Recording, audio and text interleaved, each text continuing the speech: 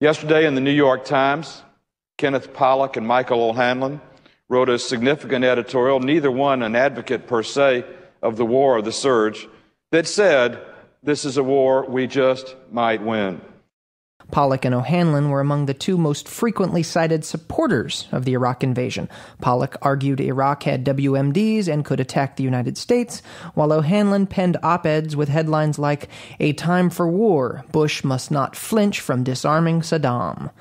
News that comes today from the Christian Science Monitor declares a precipitous decline in the number of deaths of U.S. soldiers and casualties, and a tremendous decrease in IEDs. The total coalition death toll at 82 is exactly the same as it was in March, and roughly the same as it was in February and January. And there have been more than 30 months in the war when the U.S. death toll was lower. The last 2 Julys have seen a drop in U.S. casualties. A more unusual statistic about U.S. deaths in Iraq was the 32-month high that was hit in May, when 126 U.S. troops died.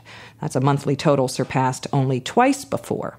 On Monday night, the people of Iraq in every city, every hamlet, and every town turned out in the streets, and without a single injury, they celebrated the victory of the Iraqi soccer team in the Asian soccer games. There were explosions, one of which killed a large number of those celebrants after the soccer victory, and that follows an old pattern whereby every time there is a spot of stability somewhere in Baghdad, it seems as if the insurgents target it. Several of the soccer players did not make the trip back to Iraq, including the team's captain and the player who clinched the title with a header into the goal. Both are Sunnis, and both said they feared for their lives if they returned.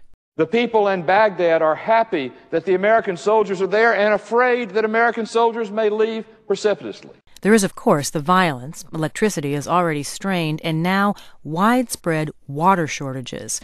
Some residents have reportedly gone up to 6 days without running water in 120-degree heat. We need to be prepared for victory. We need to be prepared for victory.